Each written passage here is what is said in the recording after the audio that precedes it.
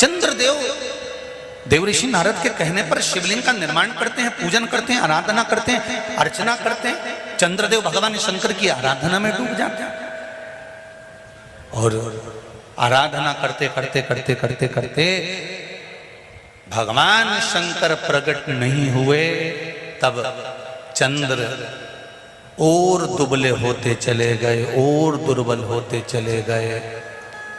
शरीर चंद्रदेव का टेढ़ा होने लगा क्योंकि केवल हड्डी का कंकाल चंद्रदेव का रह गया।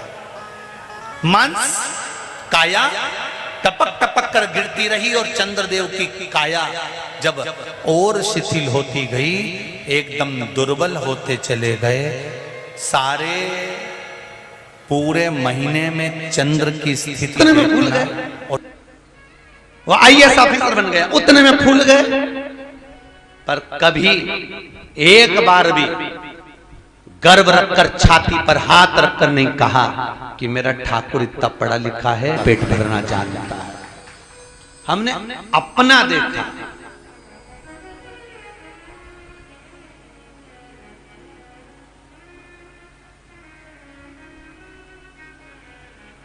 आप बच्चों को पढ़ा सकते हो, लिखा सकते हो, विद्वान बना सकते हो, पर उसका भाग्य नहीं बना सकते। बना सकते हो क्या?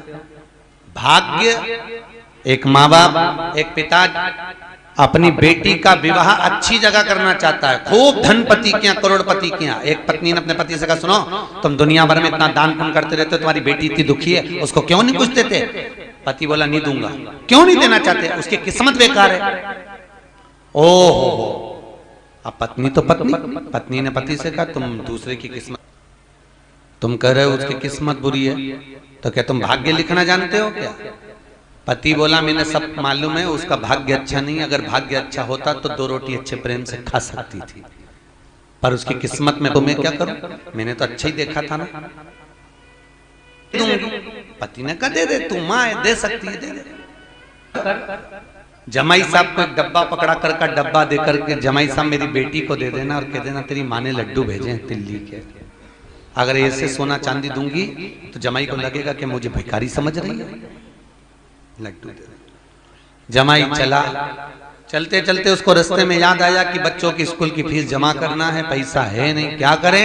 हलवाई की दुकान पर गया कि भैया ये लड्डू खरीद लीजिए और थोड़ा सा पैसा दे दीजिए। उसने 500 रुपए में लड्डू भेज दिए, पैसे लाकर फीस के जमा कर दिए। जमा करा, शाम को सेठ जी घर जा रहे थे, उनको लगा आज मेरी शादी की सालगिरह है, पत्नी को लड्डू बड़े प्रिय हैं, दिल्ली के लड्डू बाजार से ले लूं। बाजार से लड्डू लिए, 700 रुपए के लड्डू लेकर घर गए। पत्नी को जो खिलाया उसमें से सोने के सिक्के निकले, तो पत्नी ने माथा ठोक कर कहा, बिल्कुल सत्य कहते थे, भाग्य में नहीं होगा नहीं मिलेगा, भाग्य में होगा तो वो दौड़ कर भी आएगा, प्राप्त होगा। भाग्य बनाने वाला तो वो बैठा है।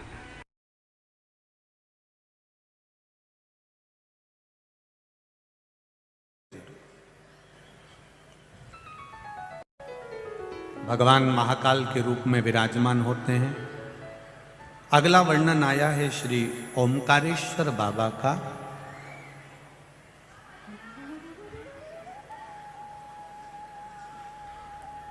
देवऋषि नारद के लिए और देवऋषि नारद के छोटे से ज्ञान के चक्कर में भगवान शंकर को एक अवतार लेना पड़ा। भगवान शिव को एक ज्योतिर्लिंग में आकर विराजमान हुआ।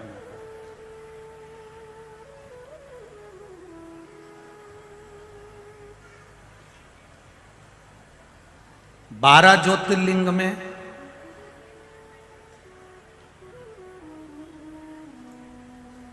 परमेश्वर जो लिंग है, देखिए ये जो ओमकारेश्वर है, ओमकारेश्वर का जो शिवलिंग है, शिवलिंग का नाम है परमेश्वर लिंग। जम के बोलो जरा, परमेश्वर लिंग।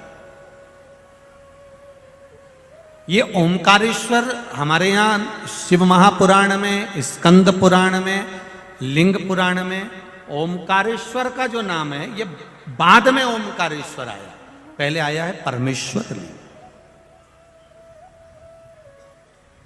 ओमकारेश्वर लिंग का जो वर्णन आया है वो बाद में बना, पहले परमेश्वर लिंग का वर्णन आया।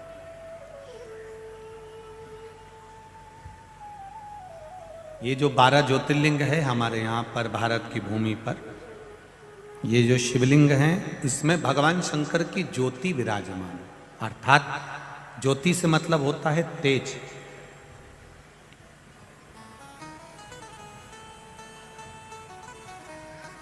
संसार में चाहे कोई शंकर जी की पूजन करे ना करे, पर जितने भी मनुष्य के शरीर है, मानव की जितनी देह है, मानव का जितना शरीर है, और चाहे जलचर हो, थलचर हो, वायुचर हो, जीव जितने भी हैं, उसमें जो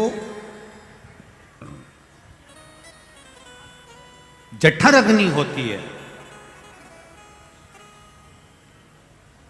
भोजन पचाने की जो सामर्थ्यवान अग्नि होती है, जो शरीर के अंदर होती है, वो शरीर की अग्नि ही शिव की ज्योति के तुल्य होती है। इसलिए उसको समझना कि संसार में जितने भी मनुष्य हैं, जितने भी मानव हैं, ये कोई साधारण नहीं है। सब में भगवान समाया है, प्रत्येक में नर नारायण, प्रत्येक में भगवान, प्रत्येक में भगवान समाये। इसलिए शायद लोग कहते हैं तुझ में रब दिखता है यारा में, सब में भगवान समाया, प्रत्येक। कंकर कंकर शंकर। और उसका फल, कुछ पत्र आए हैं, 2 दिन से पत्र पढ़ना नहीं हो रहा है। एक पत्र देखिए।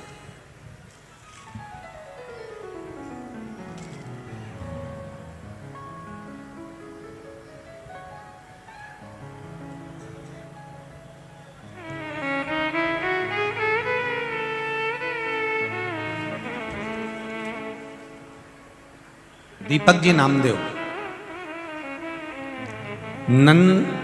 नंदबाग कॉलोनी, इंदौर, मध्य प्रदेश का निवासी हूं। कहीं बैठे हो तो हाथ हिलाइएगा, कहीं बैठे हो तो हाथ हिलाइएगा। दीपक जी नामदेव। कहीं बैठे हो तो दोनों हाथ ऐसा हिला दे एक बार, कहीं बैठे हो तो स्मरण में आ जाएगा। आप ही हैं, दोनों हाथ हिला दो ऐसा। श्री शिवाय नमस्तुभ्यं। हाँ ऐसा हिलाओ दीदी, ऐसा हिलाइए। श्री शिवाय नमस्तुभ्यं। दीपक नामदेव, नंदबाग कॉलोनी, इंदौर, मध्य प्रदेश का निवासी हूं। गुरुदेव के चरणों का आनंद सुख। बाबा की महिमा का क्या बखान करूं। मेरे काका जी की बहू, जो कि पिछले माह से थायराइड नामक बीमारी से परेशान थी, लेकिन फिर भी एक दिन अचानक उसकी तबीयत खराब हो गई। फिर उनको सनावत के नज़दीकी हॉस्पिटल में दिखाया, जहां उनका इलाज चला, लेकिन उनको आराम नहीं लगा। उनको इंदौर के बारोड़ हॉस्पिटल में विजयनगर में रेफर कर दिया गया, जहां उनका इलाज चला। तो उन्हें 8 दिन आईसीयू में रखा। फिर तबीयत ज़्यादा बिगड़ने के कारण उन्हें वेंटिलेटर पर शिफ्ट किया। वहाँ उनको 2 इंजेक्शन भी लगे, जिसका शुल्क ये है, लेकिन उनको आराम नहीं हुआ।